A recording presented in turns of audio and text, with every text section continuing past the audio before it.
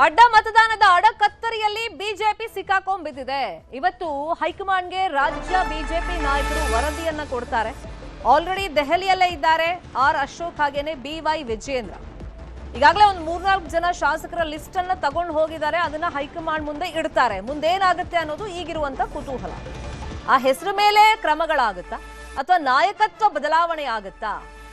ಈ ಬಗ್ಗೆ ಕುತೂಹಲ ಇದೆ. ಇವತ್ತು ಮಧ್ಯಾಹ್ನ ಬಿಜೆಪಿಯ ರಾಷ್ಟ್ರೀಯ ಅಧ್ಯಕ್ಷ ನಿತಿನ್ ನಬೀನ್ ಅವರನ್ನ ಭೇಟಿ ಮಾಡ್ತಾರೆ ಅಶೋಕ್ ಮತ್ತೆ ವಿಜೇಂದ್ರ. ಅಡ್ಡ ಮತದಾನದ ಬಗ್ಗೆ ಅಧ್ಯಕ್ಷರ ಮುಂದೆ ವಿವರಣೆಯನ್ನ ಕೊಡೋದಕ್ಕೆ ಬೇಕಾದಂತ ತಯಾರಿಗಳನ್ನು ಮಾಡಿಕೊಂಡೇ ಹೋಗಿದ್ದಾರೆ. ಹೈಕಮಾಂಡ್ ಕ್ರಮದಿಂದ ಪಾರಾಗೋದಕ್ಕೆ ಒಗ್ಗಟ್ಟಿನ ತಂತ್ರವನ್ನ ರೂಪಿಸಿದ್ದಾರೆ ಇಬ್ರು ನಾಯಕರು. ಒಂದೇ ಅಭಿಪ್ರಾಯ ಹೇಳೋದಕ್ಕೆ ವಿಜೇಂದ್ರ ಮತ್ತೆ ಅಶೋಕ್ ಸಿದ್ಧತೆಯನ್ನ ಮಾಡಿಕೊಂಡಿದ್ದಾರೆ. ಸಿಟಿ ರವಿ ನೇತೃತ್ವದ ಸಮಿತಿಯಿಂದ ಮಧ್ಯಂತರ ವರದಿ ಕೂಡ ಸ್ವೀಕಾರ ಆಗಿದೆ. ಕೇಂದ್ರ ಸಚಿವ ಪ್ರಹ್ಲಾದ್ ಜೋಶಿ ಜೊತೆಯೂ ಕೂಡ ಮಹತ್ವದ ಚರ್ಚೆಯನ್ನ ಮಾಡಿದ್ದಾರೆ. ಕ್ರಾಸ್ ವೋಟ್ ಮಾಡಿದಂತ 4-5 ಶಾಸಕರ ಪಟ್ಟಿ ಕೂಡ ಸಿದ್ಧವಾಗಿದೆ. ಚುನಾವಣೆಗೂ ಮುನ್ನ ಶಾಸಕರ ಚಟುವಟಿಕೆಗಳ ಬಗ್ಗೆ ಮಾಹಿತಿಯನ್ನ ಸಂಗ್ರಹ ಮಾಡಿಕೊಂಡಿದ್ದಾರೆ. ಕಾಂಗ್ರೆಸ್ ನಾಯಕರ ಸಂಪರ್ಕದ ಬಗ್ಗೆನೂ ಕೂಡ ಪರಿಶೀಲನೆಯನ್ನ ಮಾಡಿದ್ದಾರೆ. ಸಂಕಷ್ಟದಿಂದ ಹೊರಬರೋದಕ್ಕೆ ಜೋಶಿಯಿಂದಲೂ ಸಲಹೆಯನ್ನ ಪಡ್ಕೊಂಡಿದ್ದಾರೆ ನಾಯಕರು. ಜೋಶಿ ಸಲಹೆಯನ್ನ ಪಡೆದು ಆಧರಿಸಿನೇ ನಿತಿನ್ ನಬೀನ್ ಭೇಟಿಗೆ ಈಗ ಸಿದ್ಧತೆಗಳನ್ನ ಮಾಡಿಕೊಂಡಿದ್ದಾರೆ. ಇನ್ನೊಂದು ಕಡೆ ಸಿಟಿ ರವಿ ನೇತೃತ್ವದಲ್ಲಿ ಒಂದು ಸಮಿತಿಯನ್ನ ರಚನೆ ಮಾಡಿದ್ದು ಆ ಮಧ್ಯಂತರ ವರದಿ ಸ್ವೀಕಾರ ಆಗಿದೆ. ಇನ್ನು ಕ್ರಾಸ್ ವೋಟಿಂಗ್ ಅನ್ನ ಗಂಭೀರವಾಗಿ ಪರಿಗಣಿಸಿದೆ ಹೈಕಮಾಂಡ್. ರಾಜ್ಯ ಬಿಜೆಪಿ ಉಸ್ತುವಾರಿ ಬದಲಾವಣೆಗೆ ಅಧ್ಯಕ್ಷರು ಮುಂದಾಗಿದ್ದಾರೆ ಅಂತ ಹೇಳಿ ಮಾಹಿತಿ ಇದೆ. ಉಸ್ತುವಾರಿ ರಾಧಾ ಮೋಹನ್ ದಾಸ್ ಬದಲಾವಣೆಗೆ ಚಿಂತನೆಗಳ ಆಗಿದೆಯಂತೆ. ರಾಧಾ ಮೋಹನ್ ದಾಸ್ ಬದಲಾಗಿ ತರುಣ್ ಜುಕ್ ಅವರನ್ನ ನೇಮಕ ಮಾಡಲಾಗುತ್ತಾ? ಶಾಸಕರ ಅಡ್ಡ ಮತದಾನದ ಬಗ್ಗೆ ಎಚ್ಚರಿಕೆಯನ್ನ ವಹಿಸಿಲ್ಲ ಉಸ್ತುವಾರಿ. ರಾಜ್ಯ ಬಿಜೆಪಿಯ ಒಳ ಸಮಸ್ಯೆಗಳನ್ನ ಬಗೆಹರಿಸಿಲ್ಲ ಅಂತಾನೂ ಅವರ ಮೇಲೆ ಆರೋಪ ಇದೆ. ಇನ್ನು ಪಕ್ಷದಲ್ಲಿ ಆಕ್ಟಿವ್ ಆಗಿರುವವರ ನೇಮಕಕ್ಕೆ ಹೈಕಮಾಂಡ್ ಚಿಂತನೆಯನ್ನ ಮಾಡಿಕೊಂಡಿದೆ. ಉಸ್ತುವಾರಿಯಿಂದಲೇ ಬದಲಾವಣೆ ಆರಂಭಿಸಲು ವರಿಷ್ಠರು ಚಿಂತನೆ ಮಾಡಿದ್ದಾರಂತೆ. ಉಸ್ತುವಾರಿ ಬದಲಾವಣೆ ನಂತರ ರಾಜ್ಯ ನಾಯಕರ ನಾಯಕತ್ವದ ಕಡೆ ಗಮನ ಕೊಡುತ್ತೆ ಬಿಜೆಪಿ ಹೈಕಮಾಂಡ್ ಅಂತ ಹೇಳಿ ಮಾಹಿತಿ ಇದೆ. ಒಟ್ಟಲ್ಲಿ ಇವತ್ತು ಒಂದು ವರದಿಯನ್ನ ಏನು ತಗೊಂಡು ಹೋಗಿದ್ದಾರೆ ಆರ್ ಅಶೋಕ್ ಮತ್ತೆ ವಿಜೇಂದ್ರ. ಅದನ್ನ ಬಿಜೆಪಿ ರಾಷ್ಟ್ರೀಯ ಅಧ್ಯಕ್ಷರ ಮುಂದೆ ಇಡ್ತಾರೆ. ಇಬ್ರು ಒಂದೇ ಅಭಿಪ್ರಾಯವನ್ನ ರಾಷ್ಟ್ರೀಯ ಅಧ್ಯಕ್ಷರ ಮುಂದೆ ವ್ಯಕ್ತಪಡಿಸೋದಕ್ಕೆ ನಿರ್ಧಾರಕ್ಕೆ ಬಂದಿದ್ದಾರೆ. ಇಲ್ಲೇನಾದ್ರು ಗೊಂದಲ ಆದ್ರೆ ಮತ್ತೆ ತಮ್ಮ ನಾಯಕತ್ವಕ್ಕೆ ಕುತ್ತು ಬರುತ್ತೆ ಅಂತ ಹೇಳಿ ಆಲ್ರೆಡಿ ನಾಯಕತ್ವದ ಬಗ್ಗೆ ಹೈಕಮಾಂಡ್ ಗರಂ ಆಗಿದೆ. ಹಾಗಾಗಿ ಈಗ ರಾಜ್ಯ ಬಿಜೆಪಿ ಉಸ್ತುವಾರಿ ಬದಲಾವಣೆಗೆ ಚಿಂತನೆಯನ್ನ ಹೈಕಮಾಂಡ್ ಮಾಡಿದೆ ಅಂತ ಹೇಳಿ ಮಾಹಿತಿ ಇದೆ.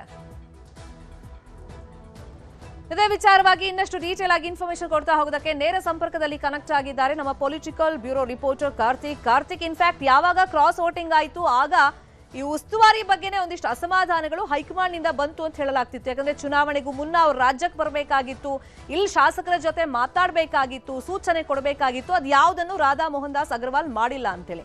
ಹಂಗಾಗಿ ಈಗ ದೆಹಲಿಯಲ್ಲಿರುವಂತ ಆರ್ ಅಶೋಕ್ ಮತ್ತೆ ವಿಜಯೇಂದ್ರ ಯಾವ ತರ ಒಂದು ಸಿದ್ಧತೆಗಳನ್ನ ತಮ್ಮ ಸ್ಥಾನಕ್ಕೆ ಕುತ್ತು ಬರದ ರೀತಿಯಲ್ಲಿ ಮಾಡ್ಕೊಂಡಿದ್ದಾರೆ. ಮತ್ತೆ ಉಸ್ತುವಾರಿ ಬದಲಾವಣೆ ಬಗ್ಗೆ ಏನ್ ಮಾಹಿತಿ ಇದೆ ಕಾರ್ತಿಕ್?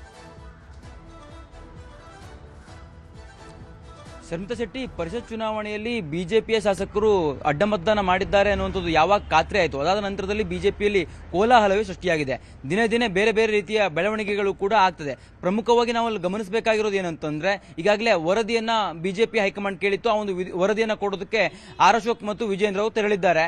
ಅಲ್ಲಿ ಇವತ್ತು ನಿತಿನ್ ನಬೀನ್ ಅವರಿಗೆ ರಾಷ್ಟ್ರೀಯ ಅಧ್ಯಕ್ಷರಿಗೆ ವರದಿಯನ್ನು ಕೂಡ ಕೊಡ್ಲಿಕ್ಕಿದ್ದಾರೆ. ಪ್ರಮುಖವಾಗಿ ಬಿಜೆಪಿಯ ರಾಷ್ಟ್ರೀಯ ಒಂದು ನಾಯಕರು ಯಾವ ರೀತಿಯಾಗಿ ಯೋಚನೆ ಮಾಡ್ತಿದ್ದಾರೆ ಅಂತಂದ್ರೆ, ರಾಜ್ಯದ ಉಸ್ತುವಾರಿಯಾಗಿರುವಂತಹ ರಾಧಾ ಮೋಹನ್ ದಾಸ್ ಅಗರ್ವಾಲ್ ಏನಿದ್ದಾರೆ ಇವರ ಒಂದು ವೈಫಲ್ಯವೂ ಕೂಡ ಅವರು ಬಹಳ ಗಂಭೀರವಾಗಿ ಪರಿಗಣಿಸಿದ್ದಾರೆ. ಜೊತೆಗೆ ಕಳೆದ 2 ವರ್ಷಗಳಿಂದ ರಾಧಾ ಮೋಹನ್ ದಾಸ್ ಅಗರ್ವಾಲ್ ಅವರು ಕಾರ್ಯಚಟುವಟಿಕೆ ಯಾವ ರೀತಿಯಾಗಿದೆ, ಜೊತೆಗೆ ಅದು ಪಕ್ಷದ ಹಿನ್ನಡೆಗೂ ಕೂಡ ಯಾವ ರೀತಿಯ ಕಾರಣ ಆಗಿತ್ತು, ಇದೆಲ್ಲದರ ಕುರಿತಂತೆಯೂ ಕೂಡ ಈಗ ಅವರು ಗಂಭೀರವಾಗಿ ಪರಿಗಣಿಸಿರ್ತಕ್ಕಂಥದ್ದು. ಜೊತೆಗೆ ಅದಕ್ಕೆ ಸಂಬಂಧಪಟ್ಟಂತೆ ರಾಧಾ ಮೋಹನ್ ದಾಸ್ ಅಗರ್ವಾಲ್ ಅವರನ್ನೇ ಅವರ ಒಂದು ಸ್ಥಾನವನ್ನೇ ತೆಗಿಬೇಕು ಅನ್ನುವಂಥ ನಿಟ್ಟಿನಲ್ಲಿ ಅಥವಾ ಅವರ ಬದಲಾಗಿ ಬೇರೆಯವರನ್ನ ನೇಮಕ ಮಾಡಬೇಕು ಅನ್ನೋ ನಿಟ್ಟಿನಲ್ಲಿ ಚಿಂತನೆಯೂ ಕೂಡ ಆಗಿದೆ. ಇಲ್ಲಿ ಪ್ರಮುಖವಾಗಿ ನಾವು ಗಮನಿಸಬೇಕು ಅಂತಂದ್ರೆ, ಈ ಒಂದು ಪರಿಷತ್ ಚುನಾವಣೆಯ ಮುನ್ನ ಬಿಜೆಪಿಯು ಕೂಡ ಶಾಸಕಾಂಗ ಸಭೆಯನ್ನು ಮಾಡಿತ್ತು. ಆದರೆ ಆ ಒಂದು ಶಾಸಕಾಂಗ ಸಭೆಯಲ್ಲಿ ಕೇವಲ ಆರ್ ಅಶೋಕ್ ಮತ್ತು ವಿಜಯೇಂದ್ರ ಅವರ ಉಪಸ್ಥಿತಿಯಲ್ಲಿ ಅಥವಾ ಅವರ ಒಂದು ನೇತೃತ್ವದಲ್ಲಿ ನಡೀತು ವಿನ ಉಸ್ತುವಾರಿಯಾಗಿರುವಂತಹ ರಾಧಾ ಮೋಹನ್ ದಾಸ್ ಅಗರ್ವಾಲ್ ಅವರು ಅವತ್ತಿನ ಸಭೆಗೆ ಬಂದಿರಲಿಲ್ಲ. ನಾವು ಇದೇ ರೀತಿಯಾಗಿ ಕಾಂಗ್ರೆಸ್ ಪಕ್ಷದಲ್ಲಿ ನೋಡ್ತಾ ಹೋದ್ರೆ ಅಲ್ಲಿ ಉಸ್ತುವಾರಿ ಆಗಿರುವಂತಹ ಸುರ್ಜೇವಾಲಾ ಅವರು ಪ್ರತಿಯೊಂದು ಹಂತದಲ್ಲೂ ಕೂಡ ಆ ಒಂದು ಪಕ್ಷಕ್ಕೆ ಪಕ್ಷದ ಸಭೆಗಳಲ್ಲಿ ಉಪಸ್ಥಿತರಿರ್ತಾರೆ. ಪಕ್ಷದ ಸಭೆಗಳಲ್ಲಿ ಅವರ ಒಂದು ಉಪಸ್ಥಿತಿಯ ಮೂಲಕವಾಗಿ ಒಂದಿಷ್ಟು ಸಲಹೆಗಳನ್ನು ಕೊಡ್ತಾರೆ, ಒಗ್ಗಟ್ಟಿನ ಪ್ರದರ್ಶನವನ್ನು ಮಾಡ್ತಾರೆ, ಜೊತೆಗೆ ಬಹಳ ಸೀರಿಯಸ್ ಆಗಿ ಅವರು ಪ್ರತಿಯೊಂದು ಸಭೆಗಳನ್ನು ಕೂಡ ನಿಭಾಯಿಸ್ತಾರೆ. ಆದರೆ ಆ ರೀತಿಯ ಕಾರ್ಯವೈಖರಿಯನ್ನ ರಾಧಾ ಮೋಹನ್ ದಾಸ್ ಅಗರ್ವಾಲ್ ಮಾಡಿಲ್ಲ ಅನ್ನುವಂಥದ್ದು ಬಿಜೆಪಿಯ ಹೈಕಮಾಂಡ್ಗೆ ಮನದಟ್ಟಾಗಿದೆ. ಆ ಒಂದು ಕಾರಣಕ್ಕಾಗಿ ಅವರನ್ನ ಪದಚ್ಯುತಿ ಮಾಡಬೇಕು ಅನ್ನೋ ನಿಟ್ಟಿನಲ್ಲಿ ಚಿಂತನೆಗಳು ಕೂಡ ನಡೀತಿದೆ. ಆ ಮೂಲಕವಾಗಿ ಒಂದಿಷ್ಟು ಸರ್ಜರಿಯನ್ನ ಮಾಡೋದಕ್ಕೆ ಬಿಜೆಪಿ ಹೈಕಮಾಂಡ್ ತೀರ್ಮಾನವನ್ನು ತೆಗೆದುಕೊಂಡಿದೆ. ಜೊತೆಗೆ ಈಗಾಗಲೇ ಸತ್ಯಶೋಧನಾ ಸಮಿತಿಯ ಮಧ್ಯಂತರ ವರದಿಯನ್ನು ತೆಗೆದುಕೊಂಡಿರ್ತಕ್ಕಂತಹ ಅಶೋಕ್ ಮತ್ತು ವಿಜೇಂದ್ರ ಅವರು ಈಗಾಗಲೇ ಅವರು ಹೈಕಮಾಂಡ್ ನಾಯಕರಿಗೆ ಅಂದ್ರೆ ನಿತಿನ್ ನಬೀನ್ ಅವರಿಗೆ ನೇರವಾಗಿ ಈ ಒಂದು ವರದಿಯನ್ನು ಒಪ್ಪಿಸ್ತಾರೆ. ಅದಾದ ನಂತರದಲ್ಲಿ ಯಾವ ರೀತಿಯಾಗಿ ಕ್ರಮವನ್ನು ಜರುಗಿಸಬೇಕು ಅನ್ನೋ ನಿಟ್ಟಿನಲ್ಲಿಯೂ ಕೂಡ ಬಿಜೆಪಿ ಹೈಕಮಾಂಡ್ ಒಂದು ನಿರ್ಧಾರವನ್ನು ತೆಗೆದುಕೊಳ್ಳುತ್ತೆ. ಈಗಾಗಲೇ ಈ ಒಂದು ಅಡ್ಡಮತದಾನ ಮಾಡಿರ್ತಕ್ಕಂಥ ಶಾಸಕರ ಪತ್ತೆಯೂ ಕೂಡ ಆಗಿದೆ. ಪ್ರಮುಖವಾಗಿ 4 ರಿಂದ 5 ಜನ ಶಾಸಕರ ಹೆಸರನ್ನ ತೆಗೆದುಕೊಂಡು ಹೋಗಿರ್ತಕ್ಕಂಥ ವಿಪಕ್ಷ ನಾಯಕ ಅಶೋಕ್ ಮತ್ತು ವಿಜೇಂದ್ರ ಅವರು ಅಂದ್ರೆ ಒಟ್ಟಾಗಿ ಒಂದೇ ರೀತಿಯ ವರದಿಯನ್ನ ನಿತಿನ್ ನಬೀನ್ ಅವರ ಮುಂದೆ ಇಡ್ತಾರೆ. ನಿತಿನ್ ನಬೀನ್ ಅವರು ಆ ಮೂಲಕ ಯಾವ ರೀತಿಯಾಗಿ ಕ್ರಮವನ್ನು ಜರುಗಿಸ್ತಾರೆ ಅನ್ನೋದನ್ನ ಕಾದು ನೋಡಬೇಕು. ಒಟ್ಟಾರೆಯಾಗಿ ಪರಿಷತ್ನ ಅಡ್ಡ ಮತದಾನ ಇದೆಯಲ್ಲ, ಈ ಒಂದು ಅಡ್ಡ ಮತದಾನ ಬಿಜೆಪಿಯಲ್ಲಿ ಕೋಲಾಹಲವನ್ನು ಸೃಷ್ಟಿ ಮಾಡಿದೆ. ವಿಪಕ್ಷ ನಾಯಕರು ಇರ್ಬೋದು, ಹಾಗೆ ರಾಜ್ಯಾಧ್ಯಕ್ಷರ ಅವರ ಒಂದು ಸ್ಥಾನಕ್ಕೂ ಕೂಡ ಕುತ್ತನ್ನು ತಂದಿದೆ. ಇಂಥ ಒಂದು ಸಂದರ್ಭದಲ್ಲಿ ಒಗ್ಗಟ್ಟಿನ ಮೂಲಕವಾಗಿ ಒಂದು ವರದಿಯನ್ನು ಸಲ್ಲಿಕೆ ಮಾಡುವ ಮೂಲಕವಾಗಿ ಹೈಕಮಾಂಡ್ ನಾಯಕರನ್ನ ಮನಸ್ಸನ್ನ ಗೆಲ್ಲೋದು, ಜೊತೆಗೆ ಈ ಒಂದು ನ್ಯೂನ್ಯತೆಯಲ್ಲಿ ನಮ್ದೇನು ಪಾತ್ರ ಇಲ್ಲ, ಇದು ಪಕ್ಷದ ನಿಷ್ಠೆಗೆ ದ್ರೋಹ ಮಾಡಿರುವಂತಹ ಶಾಸಕರನ್ನೇ ಹೊಣೆ ಮಾಡಬೇಕು ಅನ್ನೋ ನಿಟ್ಟಿನಲ್ಲಿ ಅಲ್ಲಿ ಒಂದಿಷ್ಟು ವಿಚಾರವನ್ನು ಮಂಡಿಸುವಂತ ಸಾಧ್ಯತೆಗಳಿರ್ತಕ್ಕಂಥದ್ದು. ಇದೆಲ್ಲದರ ನಡುವೆ ಬಿಜೆಪಿ ಹೈಕಮಾಂಡ್ ಉಸ್ತುವಾರಿಯ ಬದಲಾವಣೆ ಮಾಡುವ ಮೂಲಕವಾಗಿ ರಾಜ್ಯ ಬಿಜೆಪಿಯ ಒಂದಿಷ್ಟು ಬದಲಾವಣೆಗೆ ನಾಂದಿಯನ್ನ ಹಾಡತ್ತೆ ಅನ್ನುವಂಥದ್ದು ಕೂಡ ಈಗಿರ್ತಕ್ಕಂಥ ಮಾಹಿತಿ. ಶರ್ಮಿತಾ ಶೆಟ್ಟಿ, ಫಾಲೋ ಅಪ್ ಮಾಡಿ ದೆಹಲಿಯಲ್ಲಿ ಏನಾಗುತ್ತೆ. ಥ್ಯಾಂಕ್ ಯು ಕಾರ್ತಿಕ್, ಈ ಕ್ಷಣದ ಮಾಹಿತಿಯನ್ನು ಕೊಟ್ಟಿದ್ದಕ್ಕೆ.